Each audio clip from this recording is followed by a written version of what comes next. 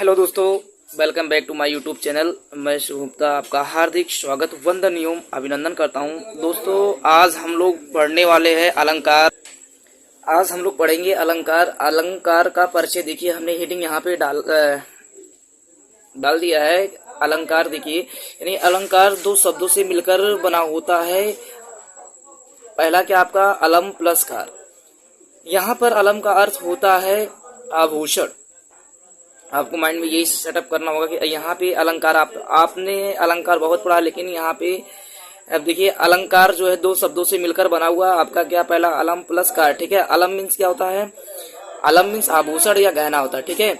यानी जिस प्रकार से एक स्त्री अपनी सुंदरता बढ़ाने के लिए गहनों का प्रयोग करती है, ठीक उसी प्रकार से एक लेखक या एक कवि अपने कविता या काव्य की शोभा या सुंदरता बढ़ाने के लिए अलंकारों का प्रयोग करता है, ठीक है। यानी दोस्तों, आज हमने ये जाना, यानी जिस प्रकार से एक स्त्री अपनी सुंदरता बढ़ाने के लिए आभूषण का प्रयोग करती है, आभूषण या गहनों का प्रयोग करती है, ठीक उसी प्रकार से एक लेखक या कवि अपने कविता या काव्य, ठीक है, वह या कविता लिखेगा या काव्य, ठीक है, काव्य की शोभा या सुंदरता को बढ़ाने के लिए कवि अलंकारों का प्रयोग करता है, ठीक। फिर हम लोग अब आगे बढ़ते हैं कि अलंकार का परिभाषा देखते हैं। अलंकार क्या होता है? अब देखिए अलंकार का परिभाषा, ठीक। अब डेफिनेशन आप जान लीजिए, यानी जो शब्द काव्य की शोभा या सुंदरता को बढ़ाते हैं उसे अलंकार कहते हैं, ठीक। अब देखिए, अगर आपको जो है अलंकार का परिचय याद है, जैसा कि हमने ऊपर ही बता दिया, यदि आपको अलंकार का परिचय याद है तो आपको अलंकार का परिभाषा याद करने की कोई भी आवश्यकता नहीं पड़ेगी।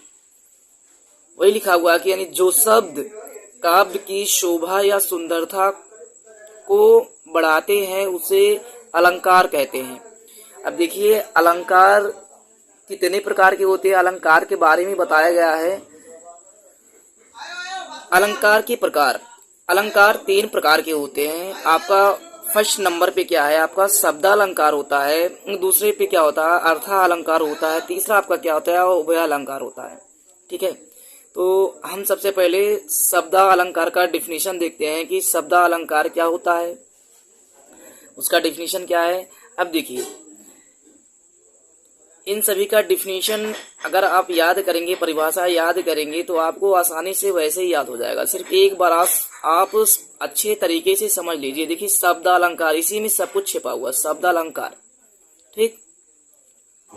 अब देखिए जो अलंकार, अब देखिए शब्द की यहाँ पे बात हो रही है, यानी जो अलंकार शब्दों के माध्यम से, देखिए हमने की नहीं लिखा है, शब्दों के माध्यम से काव्य की शोभा बढ़ाते हैं उसे शब्द अलंकार कहते हैं, ठीक। अब देखिए फिर से देखिए, जो अलंकार शब्दों के माध्यम से काव्य की शोभा बढ़ाते हैं उसे शब्द अलंकार कहते हैं। जैसा कि दोस्तों एक कवि होता है, जब भी वह अपनी कविता लिखता है तो उसमें कुछ ऐसे वर्ड होते हैं जो उस कविता का शोभा बढ़ाता है, तो वही इसके बारे में बताया गया है। तो यानी उसे क्या कहते हैं? शब्द अलंकार कहते हैं। और ये देखिए आपका जो है सेकंड स्टेप पर क्या ये हो गया आपका। फिर देखिए अब शब्द अलंकार ये प्रकार बताया गया, यानी इसके अंतर्गत क्या आता है? आपका अनुप्रास आता है, यमक आता है, श्लेष आता है।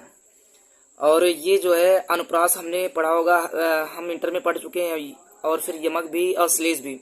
यानी मुझे लगता है कि बोर्ड के एग्जाम में ये हमेशा पूछा जाता है, हर साल आता है। अब देखिए अर्था अलंकार का परिभाषा, ठीक है।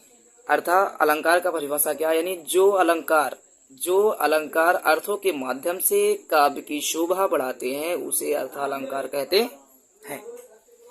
अब देखिए इसके अंतर्गत क्या आता है, आप ये जानते हैं उपमा, उपमा अलंकार, ठीक है। अर्था अलंकार में क्या होता है, उपमा अलंकार, रूपक अलंकार, उत्प्रेक्षा अलंकार। ये भी बोर्ड के एग्जाम के लिए बहुत ज्यादा इंपॉर्टेंट होता है।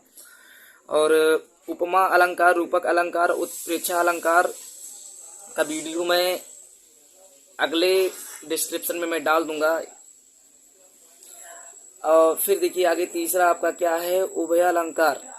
उभय अलंकार किसे कहते हैं, तो ऐसा अलंकार जिसमें शब्दालंकार और अर्थालंकार दोनों मिलकर किसी काव्य की शोभा बढ़ाते हैं तो उसे उभय अलंकार कहते हैं।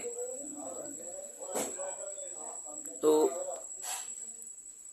दोस्तों, यदि आपको मेरा वीडियो अच्छा लगा तो आप प्लीज़ मेरे चैनल को सब्सक्राइब कीजिए, लाइक कीजिए, कमेंट कीजिए, शेयर कीजिए। धन्यवाद। हाँ, एक बात और है, सब्सक्राइब करना मत भूलिएगा। प्लीज़ आप मेरे चैनल का सपोर्ट करें।